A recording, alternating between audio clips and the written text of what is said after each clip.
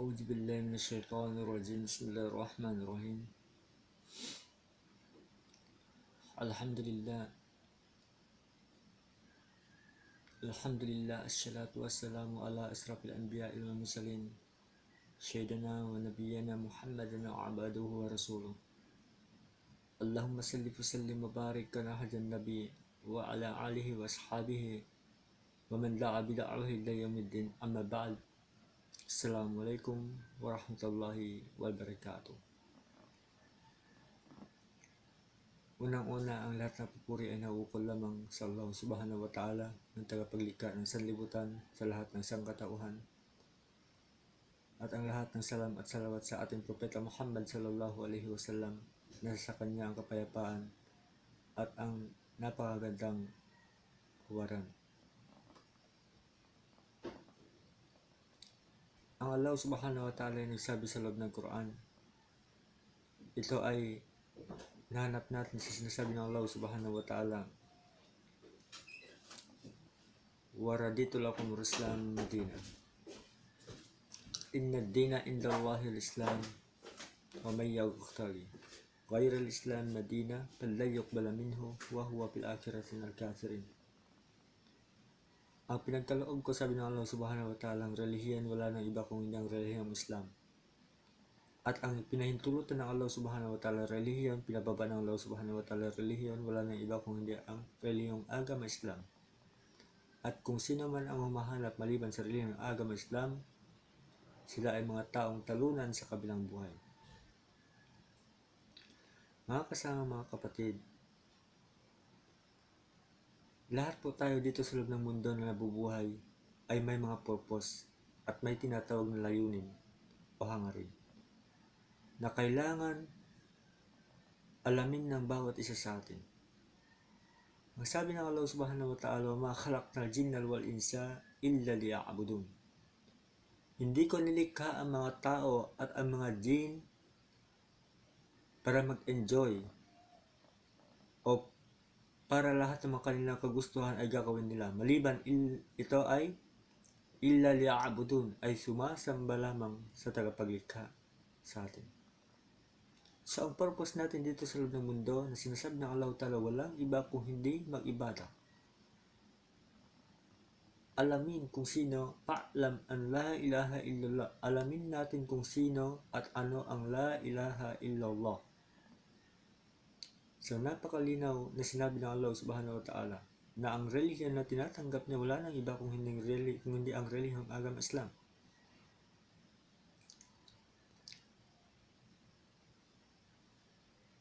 So sabi ng Allah subhanahu wa ta'ala,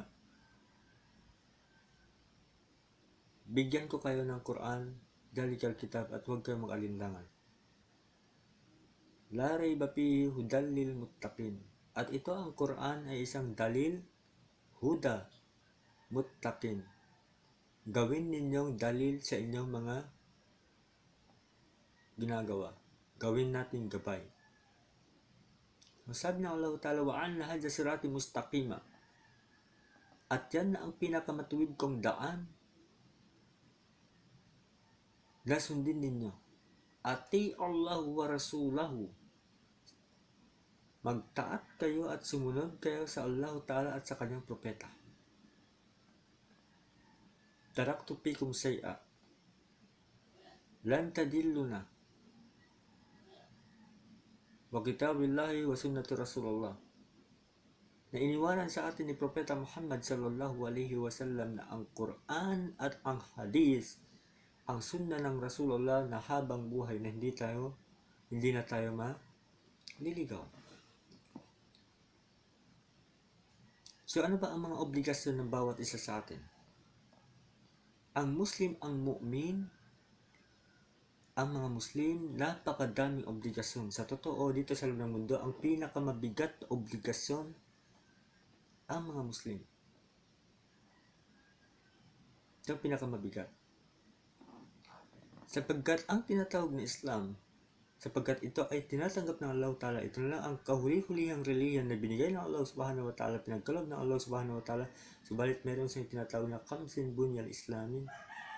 Unang-una ang pagsasahada, na pagsaksi Walang karapat-dapat sumbahin maliban lamang sa Allah, at si Propeta Muhammad sallallahu alaihi wasallam ay isang sugo ng Allah.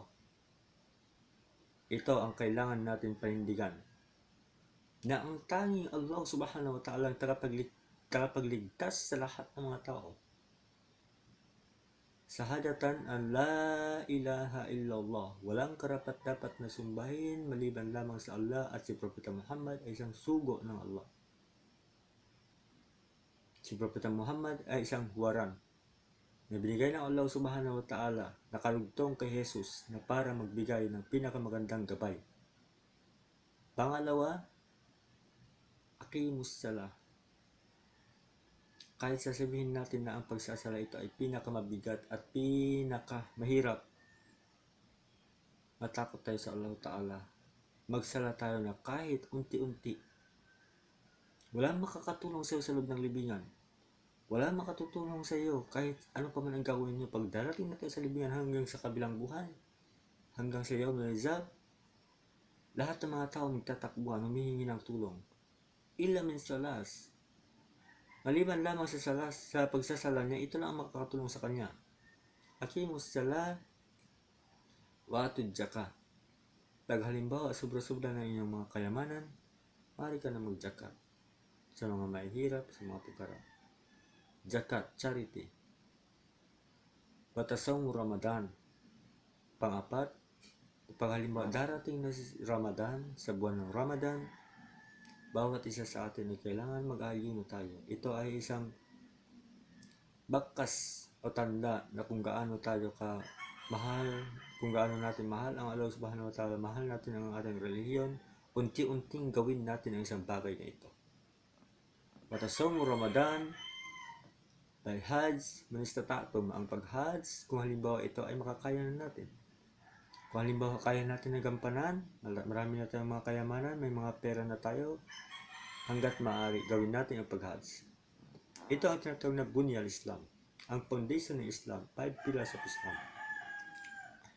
Pagkatapos natin sa tinatawag na Islam, may tinatawag na kailangan mong panindigan ang tinatawag na iman. So ano po ba ang iman? Mama'na al-iman. Ang iman ay ito ang pananalig mo sa Allah subhanahu wa ta'ala.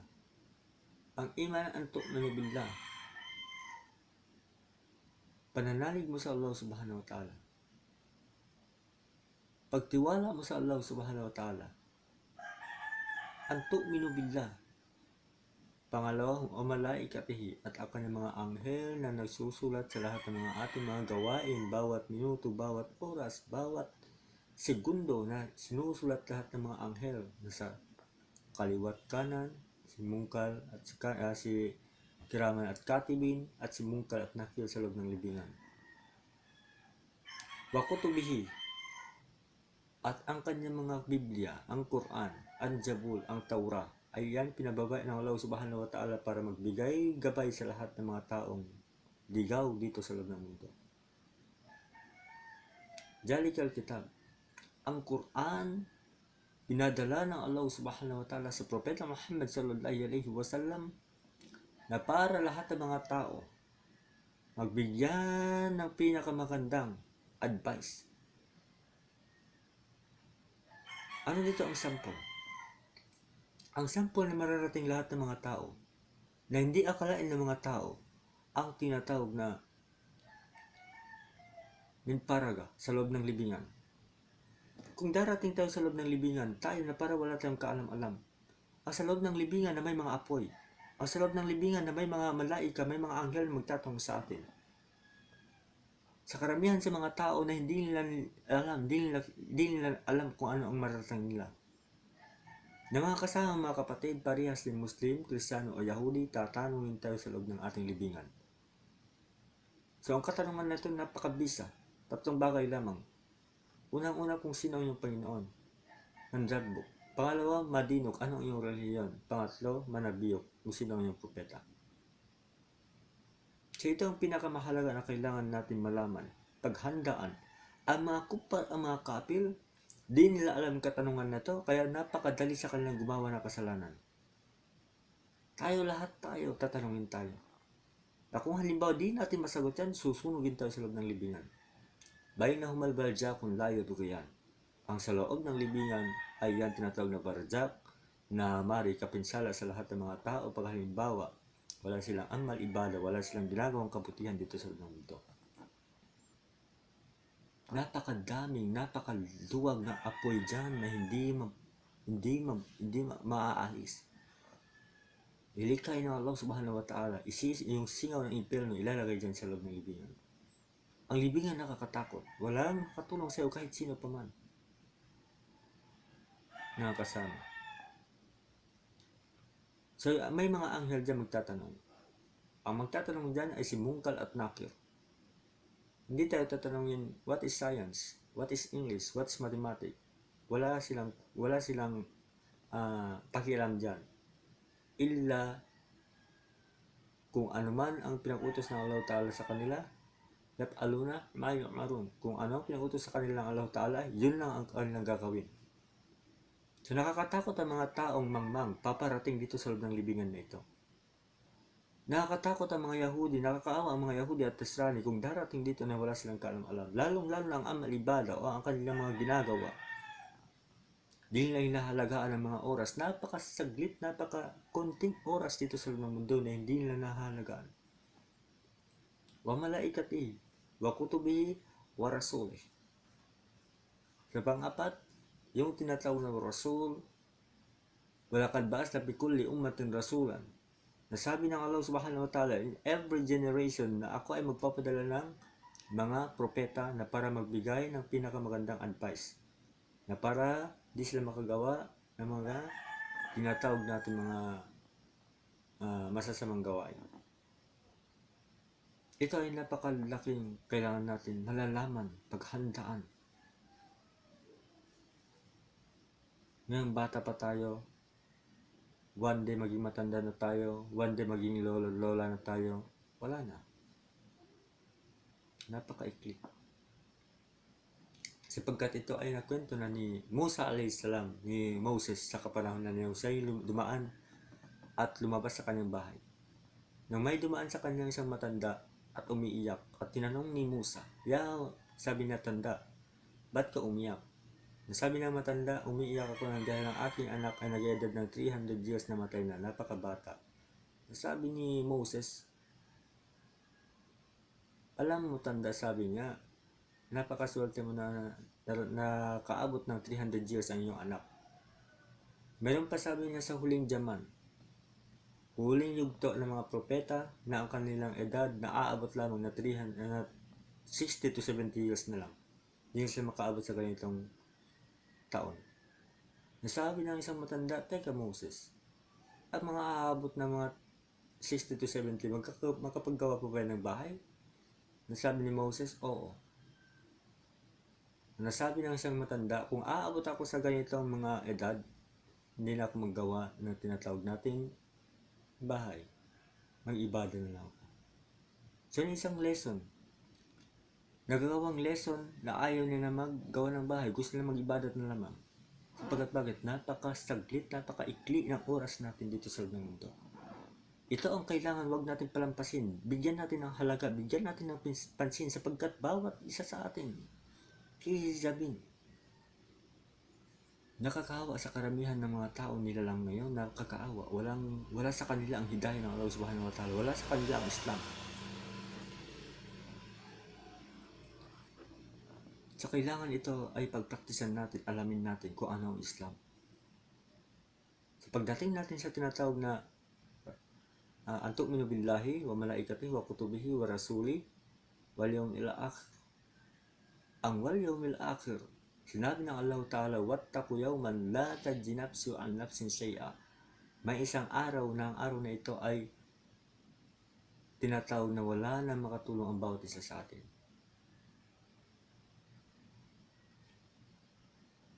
Ang mga anak tatakbo na sa kanilang magulang, hindi na sila mapapansin. Wala na makatulong sa atin.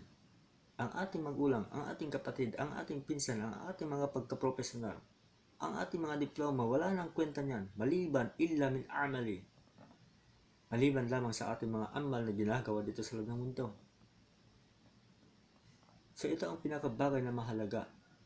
habang dito pa tayo sa mundo, napakabata pa natin, habang dito tayo sa mundo, kailangan natin unti-unting gawin natin ang obligasyon ng bawat isang Islam sa atin, ang bawat isang nakakakuha ng Islam, sapagkat ang Islam nito ay regalo sa atin ng Allah subhanahu wa ta'ala. Magswertehan na lamang kung halimbawa tayo ay makagawa, alhamdulillah, pag hindi, nakakaawa tayo. Kahit ano man, kahit bilyonaryo ka pa man, kung wala sa iyo ang Islam, nakakawa sa loob ng libingan, susunugin ka ng Allah subhanahu wa ta'ala. Pang-anim, wal kadri, wasarrihi, ang tinatawag na kadal, kung ito ay oras mo na mamatay, oras mo na. Kung halimbawa oras mo, kahit ano man mangyari, ito ay lahat ng mga ating mga gawain dito sa mundo, nakatala na sa loob ng paraiso o impyerno. Lahat tayo ay nakatala. Meron na tayong destination kung ano mararating natin. Kung halimbawa ang edad mo 60, 70, 20, 40, 50, yan ay kadal ng Allah subhanahu wa ta'ala. So ngayon, kailangan paghandaan natin. Ano po ba ang tinatawag na Muslim? Ang tinatawag na Muslim, man salima musliman limilisani, waidi, wayadi, wal muhajir, malanha Allahu an. Ang tinatawag na Muslim, ang pinagsasabi na kung sino ang Muslim ay sumusunod sila sa pinag-utos ng Allah subhanahu wa ta'ala. At salamat ang kanyang kapatid sa kanyang dila at sa kanyang wayadi, sa kanyang kamay. Ang ibig sabihin, salamat sa iyong dila. Kung magsalita ka sa iyong kapwang Muslim, kailangan yung mga magagandang pananalita. Sabi ng Allah Ta'ala, wa qulil linnasi husna. Yung magkabtangan ba kayo o magsalita kayo ng pinakamagandang pananalita sa iyong kapwa. Sapagkat halimbawa, ikaw ay magdakwa sa mga Kristiyano, kung hindi maganda mo yung pananalita, baka magkakaroon ng away. Mas lalong lumala. So, sinabi ng Allah Subhanahu wa Ta'ala, magsalita tayo ng pinaka-mainam at pinaka-maganda. Yung inutusan ng Allah Ta'ala si Fir'aun, izhab ila Fir'aun na innahu tagha, qala rabbi ishrah li sadri wahlul 'uqdatan bil lisani. Ang ibig sabihin na siya ay bago siya nakapagsalita, humingi muna ng dua sa Allah Subhanahu wa Ta'ala na sana hindi siya maging bulol, no? So, ang ibig sabihin nun, kailangan yung magandang panlita, maganda yung pag-deliver mo ng panlita mo sa isang taong king na para hindi mas lalong lumana. Kagaya ng lahat ng mga ating kapatid, maraming mga tao na hindi nila alam ang Islam. May mga alam ang Islam na kailangan pinakamaino at pinakamaganda ang kanilang mga gagawa, ang panlita, no? So, yun ang tinatawag na Muslim sa Allah na unti-unti mga kasama kapatid na nagpajar. Ito ay konting tazkir para lahat sa ating mga kapatid na kailangan kahit paano hindi natin mapipilit ang ating sarili maliban. Ngunit ito ay tinatawag na unti-unti ang ating mga kailangan gawin sapagkat tayo mga Muslim ay mararating natin ang paraiso pag halimbawa tayo ay magsatsaga, no? Inna lil muttaqina mafaza, lahat ng mga muttaqin ay magtatagumpay. So hanggang doon lang na unti-unti po tayo mag-practice sa ating mga gawain sa Allah. Hanggang doon na aking panalita. Wa qulu qawli hadha wa astaghfirullahi wa lakum wa li jami'il muslimina wal muslimat wastaghfiruhu innahu huwal ghafurur rahim. Assalamualaikum warahmatullahi wabarakatuh.